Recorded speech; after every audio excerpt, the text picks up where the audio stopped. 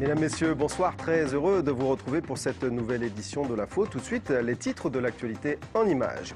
Les lycéens dans la rue, l'intersyndicale qui rencontre le MEDEF, récit de cette nouvelle journée de mobilisation.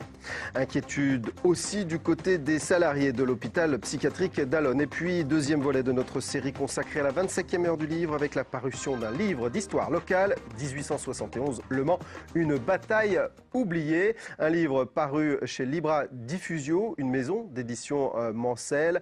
Son patron, Grégory Chaquin, est mon invité du soir. Mais l'actualité en Sarthe est toujours évidemment dominée par la mobilisation contre la réforme des retraites. Cette journée de jeudi a été marquée par l'extension du mouvement chez les lycéens, comme a pu le constater Mickaël Texier. Ce matin, la route leur appartenait. En amont, des centaines de lycéens avaient pris possession de l'asphalte. Sur la rocade du Mans, les automobilistes ont pris leur mal en patience. L'opération blocage a duré une grosse heure. Elle a démontré qu'aujourd'hui, la jeunesse a pris le relais de la mobilisation contre la réforme des retraites. La dynamique est tellement bien lancée que pour moi, ça pourra s'arrêter que lors du retrait ou alors des amendements vraiment utiles, quoi. Et la dynamique, c'était d'abord des lycées bloqués comme Marguerite Yourcenar au Mans. Dès 7h moins le quart, les lycéens avaient monté leurs barricades. D'après eux, des actions ont lieu dans tous les lycées publics du Mans. A noter que les lycées agricoles de Brette-les-Pins et de Rouillon ont connu eux aussi des manifestations et des blocages. Ça veut dire que si on fait travailler les gens plus longtemps, de fait, il y a moins de place pour les jeunes qui veulent s'insérer sur le marché du travail. À la mi-journée, leurs aînés se mobilisaient sur le campus. Une AG un peu plus fournie que les autres jours et pour cause, les étudiants ont obtenu hier la banalisation des cours. On l'a même imposé par le rapport de force hier en envahissant la présidence de l'université. C'est le fait de ne pas être sanctionné quand on ne va pas en course, donc à la fois pour les étudiants boursiers ne pas avoir de sanctions financières, à la fois de ne pas avoir de sanctions pédagogiques, c'est-à-dire de ne pas être pénalisé au niveau des notes. L'après-midi, avec les lycéens, ils ont rejoint la manifestation de salariés dans le centre-ville du Mans. Un cortège de 1500 personnes, cheminots en tête, qui affiche des taux de grève de 72%. La direction ne dément pas. Au sein de la manifestation, quelques profs, ils sont couverts par un préavis de grève illimité. Demain, nous espérons beaucoup mieux, tout simplement parce que pour les personnels enseignants, par exemple des écoles, prévenir les parents d'élèves qu'il y a une grève, c'est compliqué. Donc aujourd'hui, c'était assez faible dans les écoles et demain, nous aurons beaucoup plus de personnel. Mais aujourd'hui, le cortège a pris les directions du siège du MEDEF pour une rencontre formelle entre syndicats. On est sur un fond désaccord, y compris dans vos déclarations que vous avez pu avoir dans la presse locale. Et pendant ce temps, dans les stations-service, ça bouchonnait. Le temps de remplir les cuves vides, non par manque d'approvisionnement, mais parce que trop d'automobilistes ont cédé à la panique. Et la mobilisation se poursuit demain, vendredi, avec un nouveau blocage de la zone industrielle sud à partir de 5h du matin.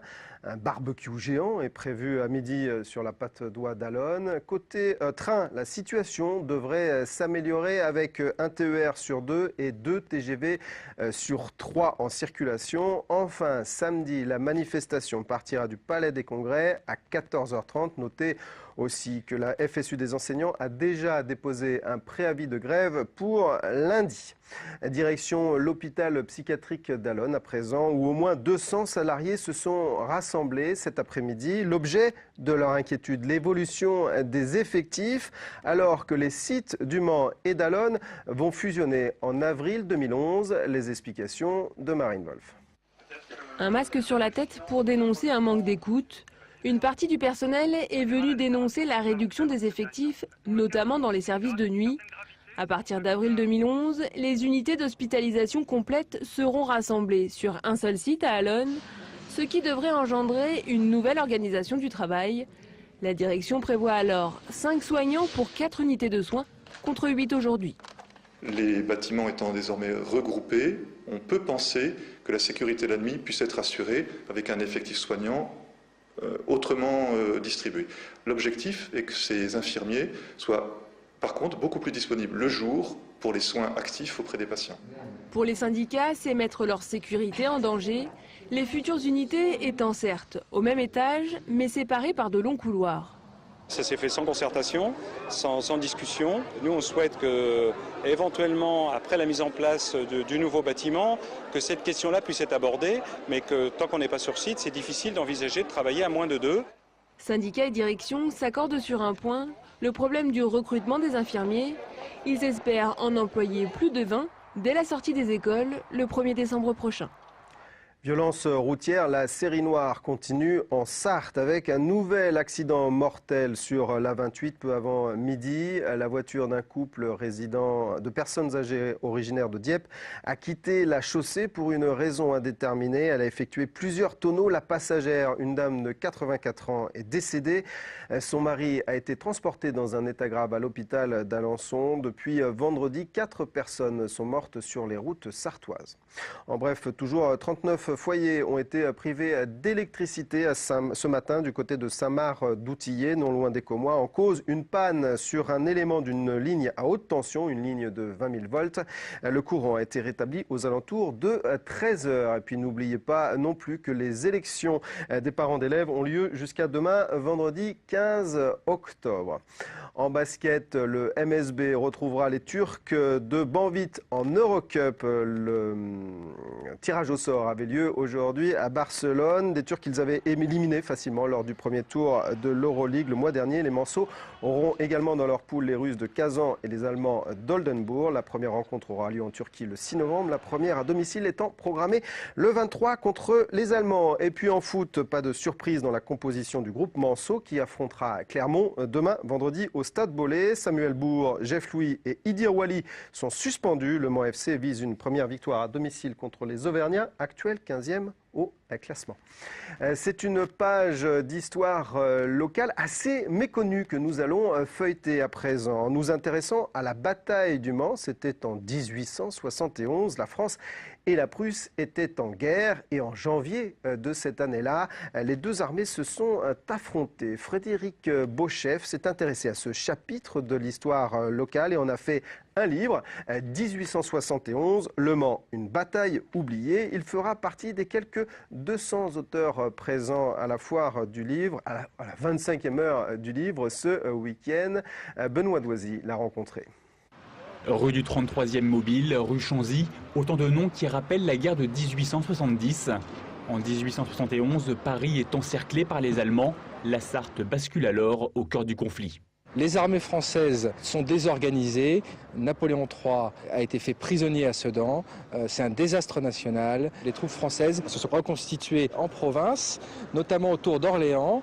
Les troupes prussiennes sont arrivées et petit à petit le glissement s'est fait pour que les troupes françaises arrivent jusqu'au Mans qu'elles ont essayé de défendre. Cet espoir, ce sera malheureusement le dernier espoir puisqu'il s'éteindra ici au Mans lors de cette bataille. Pendant un an, Frédéric a parcouru le département. Il a épluché les archives, rassemblé des documents d'époque. Ce livre est son premier ouvrage. Ce travail de recherche a passionné ce jeune écrivain.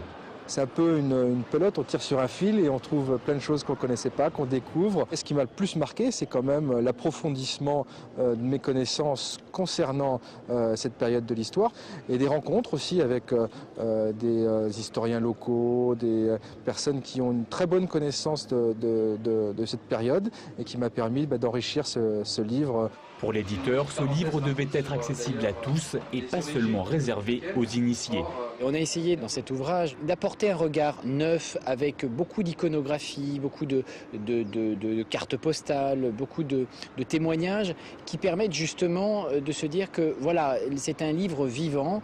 Avec ce livre, il n'est pas certain que Le Mans reste désormais une bataille oubliée.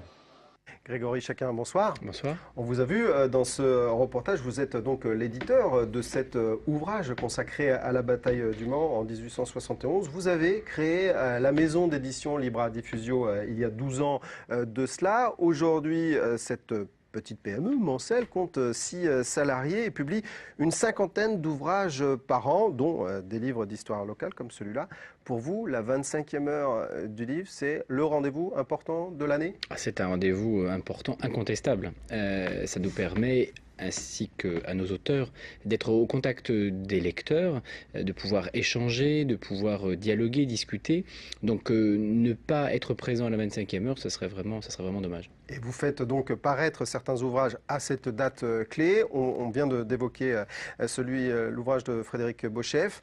On peut présenter par exemple ce dernier concernant l'abbaye de Solesmes. Absolument, concernant le millénaire de l'abbaye, un très beau livre qui, je crois, va permettre à beaucoup de gens de mieux comprendre la vie monastique, de voir un petit peu ce qui se passe derrière la clôture. C'est enrichi en plus avec un CD de chants inédits. Donc on a beaucoup travaillé ces 7 années de travail pour arriver à ce résultat. Et puis, on essaye tout au long de l'année de produire, au-delà de livres à connotation locale, régionale, des livres qui sont en gros caractère. C'est un petit peu notre oui, commerce. c'est ça, c'est votre spécialité, les livres à gros caractère. Alors, ils sont destinés à qui? Un public âgé qui a des problèmes de vision, c'est ça? Au départ, c'était ça. C'est-à-dire, au départ, vous avez eu, maintenant c'est à la mode, une DMLA, une dégénérescence maculaire, vous avez un gros problème avec vos yeux, vous ne pouvez plus lire. Les livres en gros caractère sont une solution, une alternative, parce qu'on écrit sur un papier mat, anti-reflet, enfin toutes les conditions sont réunies pour avoir une lecture facile, aisée, et très vite les bienvoyants ont compris l'utilité qu'ils pouvaient avoir, aller jusqu'à la fin d'un livre, et donc ils se sont un peu emparés de ce produit qui n'est pas fait pour eux au départ, et maintenant on est passé sur une lecture grand confort. Alors, grand confort, en gros, un livre classique, la taille du corps, du caractère, c'est de 8. Là, on passe à quoi? À 16, c'est-à-dire plus que le double? À peu près. D'accord. Quels sont les types de livres? Là, vous en avez apporté 2. Patrick Sébastien, tu m'appelles en arrivant. Très grand public. Très grand public. Ce sont des livres grand public. Voilà, on essaye de donner la possibilité à tous les publics de pouvoir s'y retrouver, c'est-à-dire à la fois lire un roman policier, avoir la possibilité de discuter avec son petit-fils ou sa petite-fille d'un ouvrage qui est sorti il y a moins de 6 mois, lire un essai, lire des grands romans, là j'ai le dernier Irène Frein, bref, essayer de donner la possibilité pour le grand public de trouver la possibilité de lire, et ça c'est important. Alors comment se passe le travail avec les éditeurs? Ils vous envoient leur catalogue et vous picorez, vous faites votre choix? Marché, voilà, on fait un marché, chaque éditeur a un avant-programme qu'on reçoit quelques semaines avant la sortie de l'ouvrage, et puis on essaye de faire découvrir de nouveaux lecteurs, enfin de nouveaux auteurs, et en général, entre la sortie du livre, de la version de l'éditeur original et nous, donc Libra Diffusio, c'est cool à peu près 9 mois, 1 an. Alors vous assurez aussi la distribution de ces livres. Ils sont plus chers que la moyenne? Non, c'est quelque chose qu'on essaye de vraiment travailler. C'est-à-dire qu'un ouvrage aujourd'hui en littérature vaut entre 20 et 22 euros dans le commerce. Et chez nous, on est à peu près sur cette même grille tarifaire, voire même moins cher, puisque certains ouvrages commencent à 10-12 euros. Alors, dernière question, le travail d'éditeur, c'est aussi évidemment publier des nouveaux auteurs qui, j'imagine, vous livrent leurs manuscrits avec l'espoir que vous allez les publier. Vous en recevez plusieurs dizaines chaque année. Qu'est-ce que vous leur dites à ces auteurs? Comment vous travaillez sur ces manuscrits? On voit vite quand un ouvrage a du potentiel. Donc, lorsqu'on reçoit le manuscrit, on commence à lire un peu l'introduction, voir de quoi il s'agit. On regarde, on picore ici ou là quelques pages dans le développement. Et puis, s'il y a de la pertinence, on rappelle l'auteur et on dit voilà, il faudrait qu'on se mette autour de la table pour essayer d'envisager pourquoi pas une publication. Et après, il y a toute cette démarche. On est un peu les gynécologues du livre, puisqu'on fait accoucher quand même 50 livres par an. Donc, c'est pas rien. On donne la vie à 50 personnes, oui. Grégory Chacun, merci beaucoup. On vous retrouve évidemment ce week-end à la 25e heure du livre. Merci à vous d'avoir suivi cette édition. Demain, vous retrouverez Michael Texier pour une nouvelle session d'information. D'ici là, passez d'excellents moments sur notre antenne. Au revoir.